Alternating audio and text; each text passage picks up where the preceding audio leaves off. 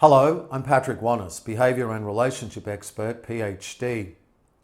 In my hundreds of videos, I've shared wisdom, knowledge, insights, research, studies, counsel, advice, all with the primary intention of helping set people free from the past, to help you to believe in yourself, to believe that you deserve the best in life, so that you can realize your fullest potential, so you can enjoy every moment of life.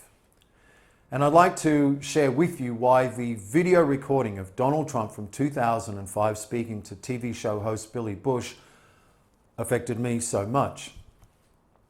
In that video, Donald Trump, a married man, a recently newlywed, says that he tried to seduce a married woman. Then he says because he's a star, he can just grab women by the crotch, wherever he wants, however he wants.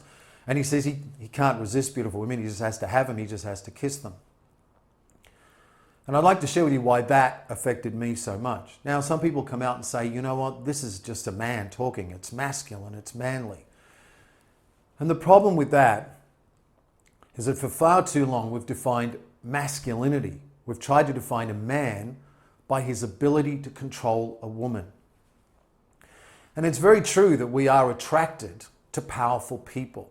Because when we're around powerful people, if they're on our side, we feel safe and we feel secure. And it's true that Donald Trump is very powerful. He's influential. He's rich. He has big businesses. He has all sorts of freedom because of his money and power. And he's commanding. He has a powerful voice. He speaks with passion and conviction. So we sense that he's very powerful, and that, of course, is a very big, attractive factor. The problem, though, is that when we abuse our power, or when we abuse that power and we hurt people around us, or we abuse people around us. In 2005, the context of that video recording was around the Emmys in Los Angeles. So it was around September 2005. Donald Trump had just been married for a few months. He married Melania in January, and by June she was pregnant with her son Barron, who was born in March the following year, who's now 10 years of age. So that means when Donald Trump was making these comments on the video, he was a newlywed and his wife was pregnant.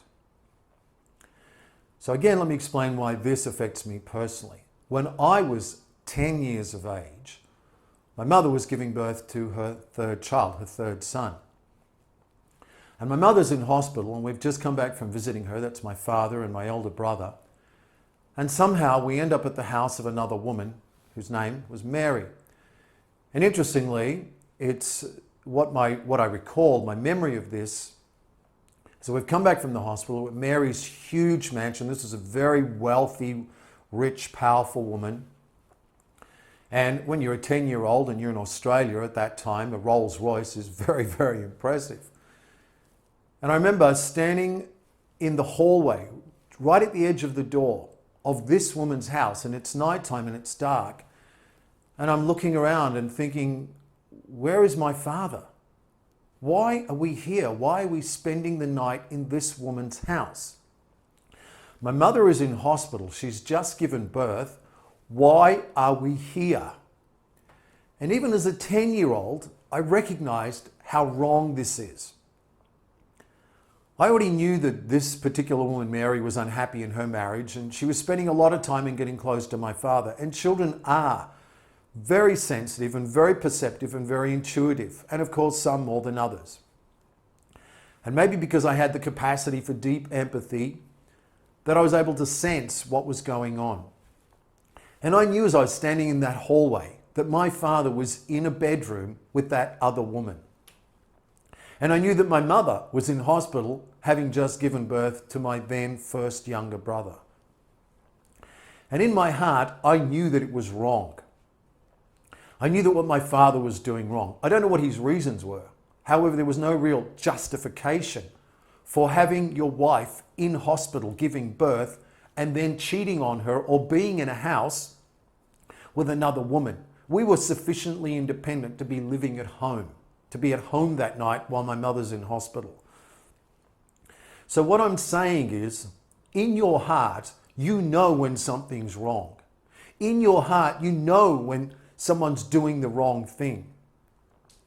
And what this video of Donald Trump says is that we have to learn to stand up for what is right. We have to do the right thing.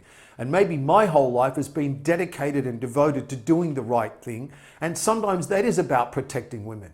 And it doesn't matter to me what other so-called men will call me, because masculinity is not defined by the ability to control women or to have power over women or to abuse women. To me, real masculinity and manliness is about respecting yourself, respecting other people, and treating people with respect. And so if you look at this, what Donald Trump was doing was he was betraying his vows to his newlywed wife, Melania. He was cheating on her. He tried to seduce a married woman, and he's cheating and betraying her while she's pregnant. And I'm saying that we have to learn to do the right thing. We have to be able to look inside our own heart and say, what is the right thing? We have to be able to look at people and say, yes, that person is very powerful. And in a sense, in a way, that person offers me a sense of security and stability because of their power. And then we have to say, is though that person overusing that power? Is that person abusing the power? Has the power been corrupted? I don't know where else to go from here, other than to say that it's up to each and every one of us to look in our heart and say, what are my values? What are my moralities? What will I and won't I accept in my life? And will I do the right thing? And when I look back, I know that what my father did was the wrong thing, and that changed my life forever.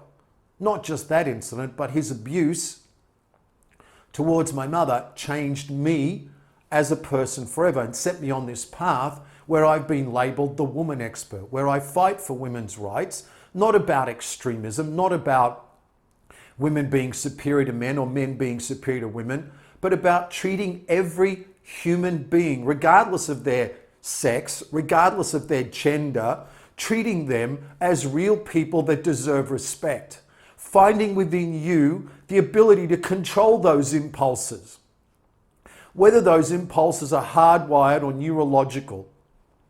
The impulse to reproduce, the impulse to want to have sex, the impulse to engage in instant gratification or other hedonistic pleasures. It's about being able to look inside you and say, am I willing to control these impulses because I'm going to hurt and damage people for the rest of their lives? And because we cannot look up to someone that does that. We cannot allow and say to ourselves, it's okay because someone is now rich and wealthy and powerful, and therefore they can just do whatever they want. They can take advantage of other people. And I'm saying that's wrong. I'm Patrick Wannis.